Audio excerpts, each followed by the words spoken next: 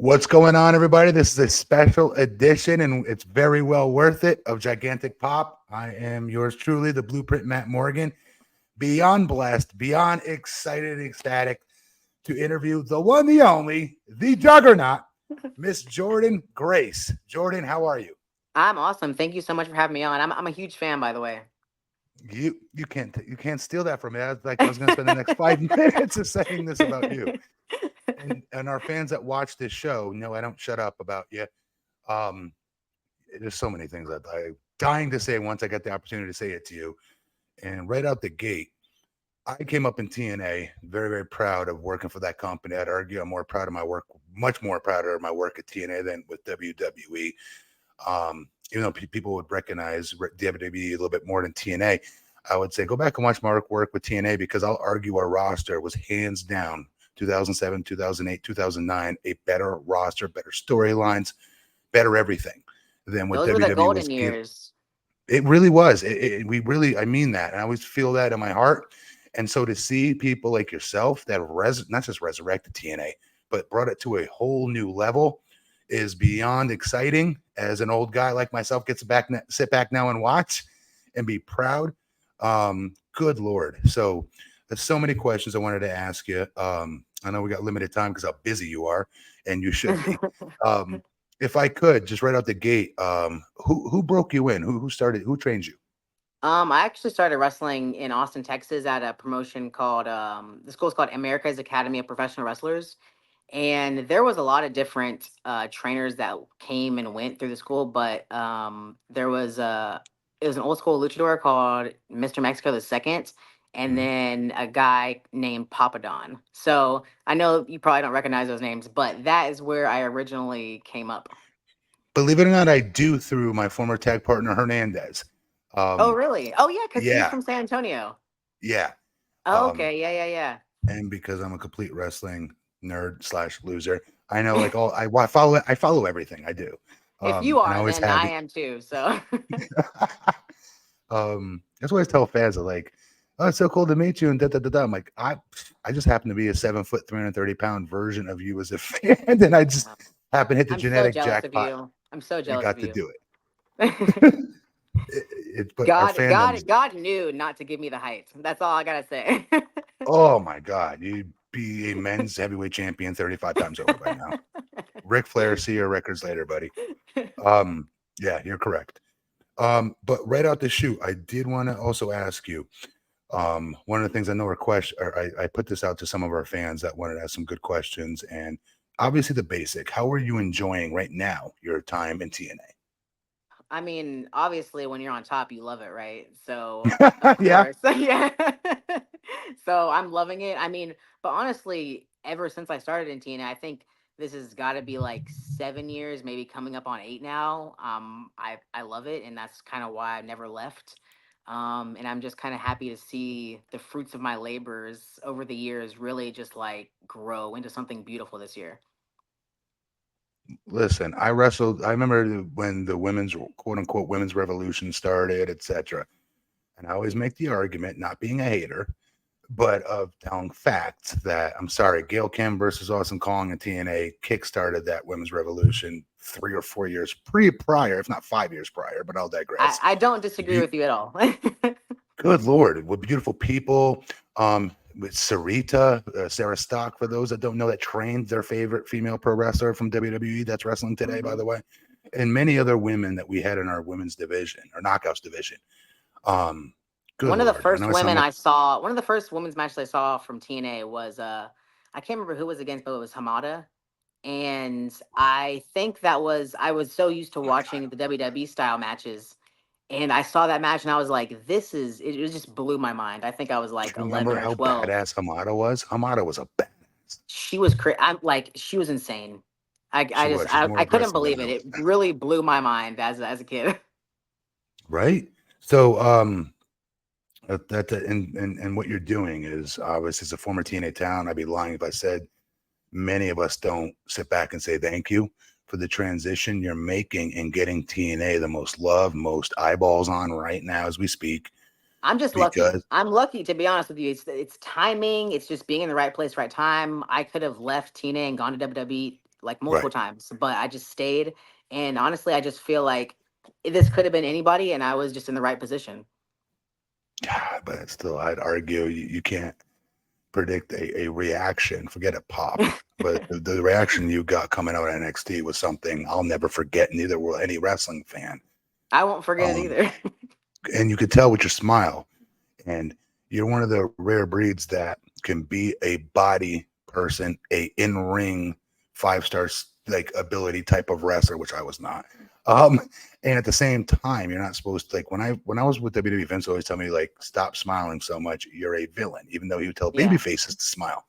Um, when you smile, it radiates through the screen that you're having fun, especially you. And the fans picked up on it whenever you did the Royal Rumble appearance, your NXT appearance, and it adds to your reaction of, I'm definitely cheering this lady. Holy crap. And she's jacked and she's a badass.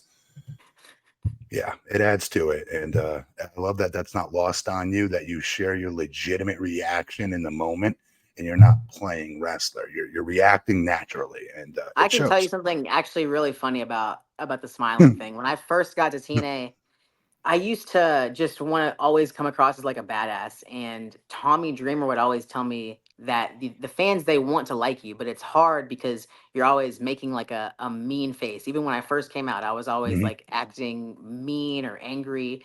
And honestly, like I was bigger back then, so he also said like I just look like a chubby baby, like an angry baby. And so I was just like, you know what? That's And dreamer. so over the years, I just started to really enjoy wrestling more and just be more confident in myself and who I was and what I've done.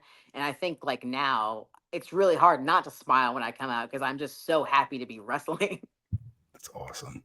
Ah, that's the best. What is your So thanks, current Tommy. yeah, seriously, TD, that's great advice he gave you. One of the smarter people in our business that doesn't get enough credit for it, quite frankly, because I don't know any wrestler. You can name Cena, Batista, any of the legends, including today's talents, that Dreamer has not been some type of influence on with just a 100%. simple, right? A word backstage. It could be at an indie show, it could be anywhere. He'll pull you aside, say, hey, why don't you? No, hey, big man, I know you think you're looking cool being all mean and grit and menacing, but maybe you should try this. With He his says little, it just like that too. no, his monotone voice and sarcastic voice. um, what is your current contract status with Total Nonstop Action? I am under contract until January of this upcoming year. You Yeah, it's coming up. didn't see that reaction. Um, all right. Have you noticed any major changes in the company or TV with the recent departures of my guys, Scotty Demore and David Sahadi? So with wrestling, right? It's just like it's an engine that keeps on going no matter what. And obviously Yes. those people are missed. But Right. luckily, like Scott was absolutely an amazing, selfless person. He loved the company. And I really feel like the new TNA management is the same way. So Good. it's been a pretty smooth transition, and it's really good to have, I guess, new eyes on the product and new ideas and stuff. I Mhm. hate that Scott's gone, but it's good that Of we course. kind of like have, I wish he could be here while this is happening, but it's good to have like Right. an outside person come in and kind of look at it from like a standpoint of they really don't know a lot about wrestling, but they're learning about it and they know a lot about business, if that makes sense. It does. And without, I'll say it's just on my end as an observer, watching it, that Scott laid a tremendous foundation down when TNA went in a different direction after the Dixie Carter, Jeff Jarrett years, right? If it wasn't for Scott and his passion for that organization, it would not be around. There's no, in my opinion, no question. Yes. But I love where they're at right now. Love what Anthem's doing, etc. With this, with what you guys are doing, and I watch it weekly. Always have though, because like I said, I'm a wrestling dork. He's definitely in charge of like the resurrection that happened. I think that was his Right? idea and that was absolutely the right way to go. Yes, ma'am. How did the Royal Rumble appearance happen?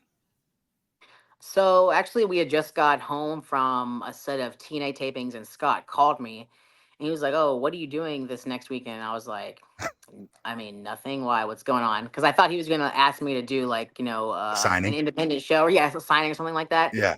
And he was like, "How would you feel about being in the Royal Rumble?" And honestly, I thought he was fucking with me. I was just like, "Yeah, that would be great, right?" And I was like, he was like, "I know, seriously." And that's just kind of how it happened. The week before, um, I don't know like whose idea. Actually, I'll this recently I found this out. I found out that T.J. Wilson was actually the one who put my name in the hat during a creative meeting. And I don't think I've said that during an interview before because I just recently, like within the past month, found it out. But he had Wow. watched my match with Trinity at Hard to Oh, Kill. I did. And he watched that match, and I think they were all like discussing who to bring in because I don't think they had any big surprises. And he pitched me. So I haven't got to thank him in person. So if you ever listen to this, thank you, TJ. Tyson Kidd, for those keeping score at home. What's up? Good job, TJ. Yeah. Oh my God, it changed in my opinion, the We entire owe it to landscape him. with that call. Yes, great call. Thanks for sharing that. Um, do you think that you'll do more with WWE or what? What do you think? I think so. I hope so. Obviously, we don't know things until Yeah, of last second, it feels like, but I course. think that that is the goal and that's the plan. Okay. Um, Knock how on has it wood. been work? Yes, let me do it for you. um, how has it been working with Shawn Michaels with the opportunities that you have had? It's actually kind of insane how down to earth he is. Yeah, Like I just feel like, yeah, I just feel like I'm just talking to like an old friend, like, or just he's so chill and approachable. Like a lot of that's good to people hear. in management, they seem unapproachable. You never want to bother them, but Right. I feel like Sean, he always has like an open ear, and he's ready to talk to anybody anytime. So it's been really really awesome working for him. Well, he's looking like a genius between you and both Joe Hendry. I'd argue, like he looks like a booking genius. He just does, He's got to win Booker of the Year this year, right? Like right? it I would only makes imagine. With sense. listen, the He's views don't killing lie it. on YouTube and social media. But hey, um, don't you think it's true that the Blueprint Matt Morgan should have already years ago been inducted to the TNA Hall of Fame by now? I mean, absolutely, of course, but don't you think you have like I I'm don't know? joking. I'm just Do you have I'm being like a one more smartass. run in you? Do you have one more run in you? So okay, and this is I'm going to tie this together to something I saw from you on social media, and I said it in your comment section. My wife and I, she competes in women's physique. I compete in men's classic physique now that I'm old and retired and an elected official, right? So I may look, I'm in the physically best shape of my life, but I could never wrestle like this. There's no way I would tear every muscle in my body. I'm generally dehydrated, especially when I get on stage. So when I saw you, holy ish, you're doing competitions while on the road wrestling. That's just, I was folks, I wish I dying. could explain this to you quick enough. We had time to get into it of how meticulous you have to be with your diet, your water intake. And then when you get on stage, your coach dehydrating you from that water. And then to blow your body back up as you take the stage so you're not too full, but at the same time, it's hard to explain. The fact that this woman's doing it and wrestling in the ring is ludicrous to me. It's insane. How? How are you doing that? I don't know. I'm barely doing it. I was barely hanging on by then. Like really, I really was. My other proposition though is for you to come back and just kind of you can be my bodyguard. You can be like my muscle. Like that's my I could idea. do that. I'm throwing it in the hat. You don't have to wrestle. I could do that part. No bumps. I could do Okay. that. Okay. I was gonna say hit up TD. No, I probably took a collective 6 bumps in my career, but then like I should be complaining. Um, Must be nice. Must be nice. oh my god! And this is I want to say to your credit as well. I'd wrestle guys like Kurt Angle, AJ Styles, Joe, even Joe, who's a super heavyweight, guys that would create the movement and action around me, right? And some of my limitations. You're a big, quote unquote, a big because you're muscle mass, right? That can work any style against any opponent, any character at any given time, which is why people I think are drawn to you so much more. because you're not a one-dimensional pro wrestler. Your photo, if people never saw you wrestle before, I'm like, holy ish, she's jacked. She's going to kill everybody. And that's how you should be booked, in my opinion. But you can work and you can create the actual in-ring action yourself. You don't have to rely on, hey, duck two. Trust me. Spots. You can do it. You can Yeah. create the action and the movement on your own at the same time, which we saw at NXT in your match for Well, the in NXT W. 2024 wrestling, you have to just people Yeah. have the shortest attention spans possible, right? So Uh, you can't work that quote unquote big person style anymore, really, and people be yeah. intrigued. You got to be doing some kind of crazy shit, like that's how it is, really, right?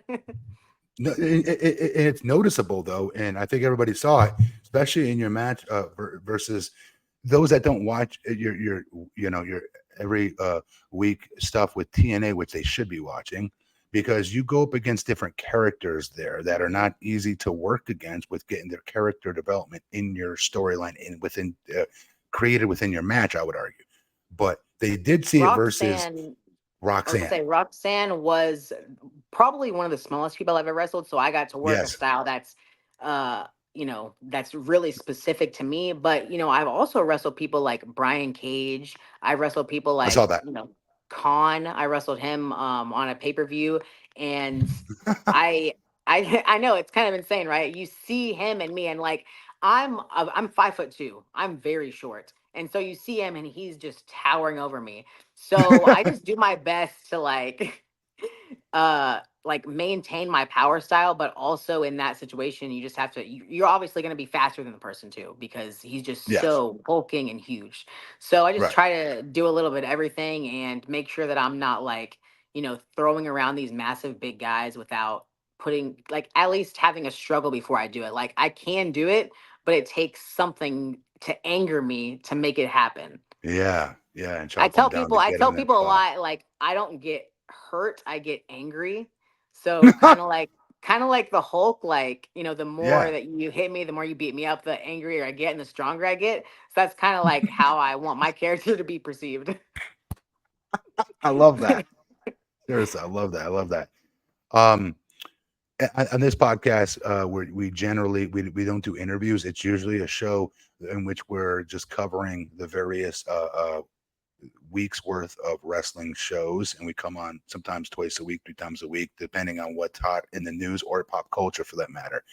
You go across all the boards between not just pro wrestling, I'll argue pop culture as well.